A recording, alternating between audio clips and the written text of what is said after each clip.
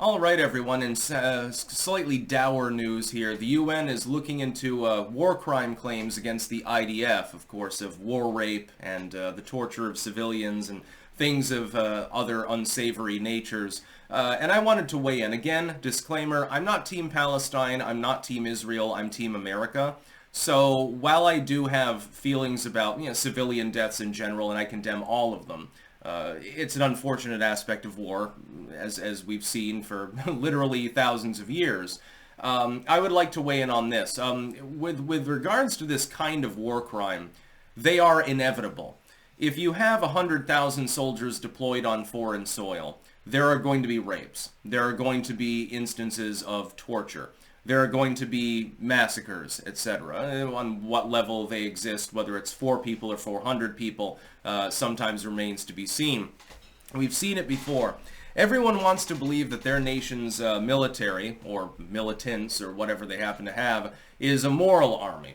And so my boy wouldn't do that. No. My son serves proudly in the U.S. Army. He would never, rape 3 or 4 civilians or something like that, or deflower a young girl or bayonet a baby or anything. He would never do that. I know him well. He's my son. Unfortunately, I hate to tell you this, but that is a fixture of war. It always has been. In some cases, it's organized, and in some cases, it's disorganized. This appears to be a claim of more disorganized war rape and things of that nature. So IDF soldiers have effectively, they're going off script, they've gone rogue, and in the heat of combat they're doing things that are internationally illegal. Not that that literally makes any difference, because the UN is a completely toothless edifice of globalism. It appears to be more on the disorganized level. So with Hamas and with certain other groups, what you get is a centralized doctrine of abuse of prisoners, etc., etc. With the IDF, it's more groups of soldiers have gone completely batshit in the field due to war neurosis, shell shock, or due to something like that, or they've just popped off. They've just decided to rape some civilian.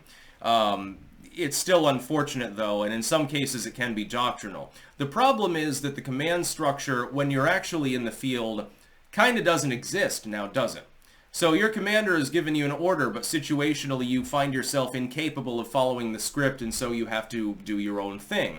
When you've got a bunch of largely young fighting age males, full of adrenaline, full of testosterone, and loaded down with weapons under fire, so they're under constant stress 24/7, bad things happen, unfortunately. And so I believe the claims. It would be unthinkable to think that IDF soldiers did not involve themselves in the rape of civilians. Much like it would be unthinkable to say, well, no, Hamas never actually abused any of their captives. Bullshit. They raped almost all of them. Even the old people, the children, and even the men, sodomize them with a baseball bat. We saw what happened to Gaddafi now, didn't we? Supposedly that was perfectly justified and moral. Well, we're overthrowing a crazy regime that oppresses its people. We came, we saw, he died. Ha ha ha. You remember that from Hillary Clinton. I remember fondly seeing a video of Gaddafi being dragged through the streets and repeatedly assaulted.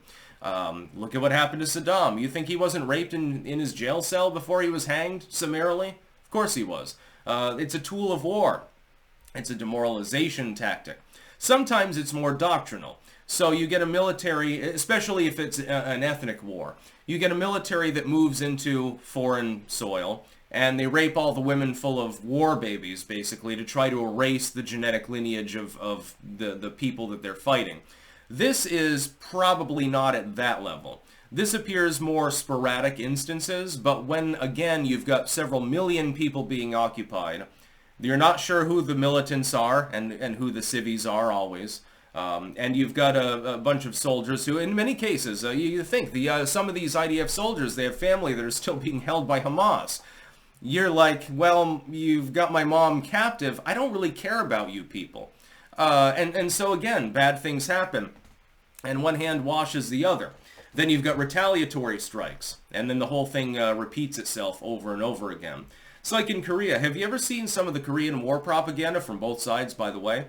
Have you ever seen the Korean War propaganda from the DPRK that depicts American soldiers bayoneting babies and raping people? Have you ever seen World War I propaganda, which repeatedly it casts this image of the Hun.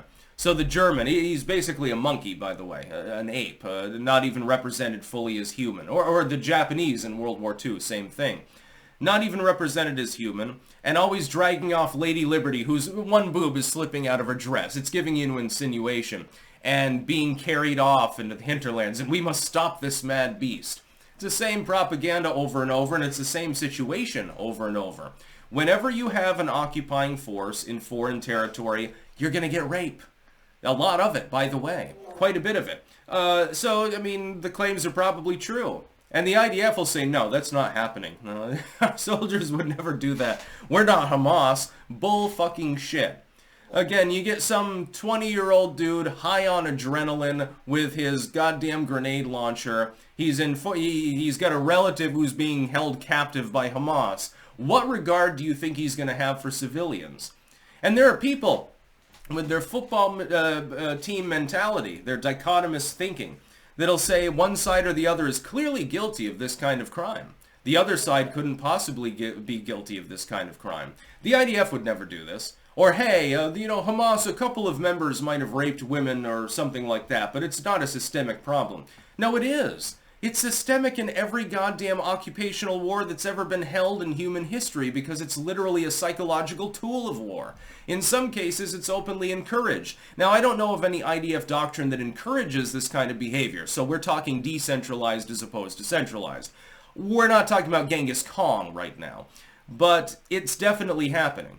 And if you investigate, you will find instances of it. Of course, if you investigate Hamas's treatment of their captives, you'll find a lot of rape too. Probably disproportionately high levels in that particular instance. But it's happening. There are no innocent parties in war. They do not exist. Everyone wants to believe that their boys are basically angelic warriors and we're fighting the devil or something like that. That is not a thing. That's not the way that it works. We're all a bunch of ape-like creatures, and we hit each other with branches, and we shoot each other and blow each other up, sometimes just for sport. That's just the way that the human race is. So, yeah, the IDF Warcrimes tribunal there, they're going to find evidence of it. And Israel will balk, and they'll say, no, well, we haven't done anything like that. It was just a few bad apples. And we'll see. You might find that some commanding officer's like, hey, we've surrounded this village, and now we're going to proceed to deflower all of the underaged girls. This happens in war, I hate to tell you.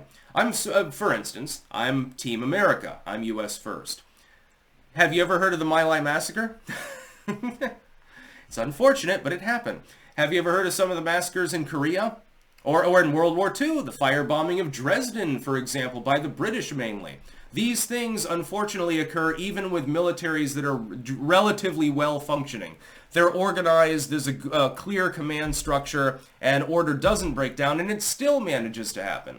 Well, in a live-fire scenario, again, as chaotic as Gaza is, because it's a very chaotic situation, it would be unthinkable that there weren't war rapes going on both sides of the border. Of course there are.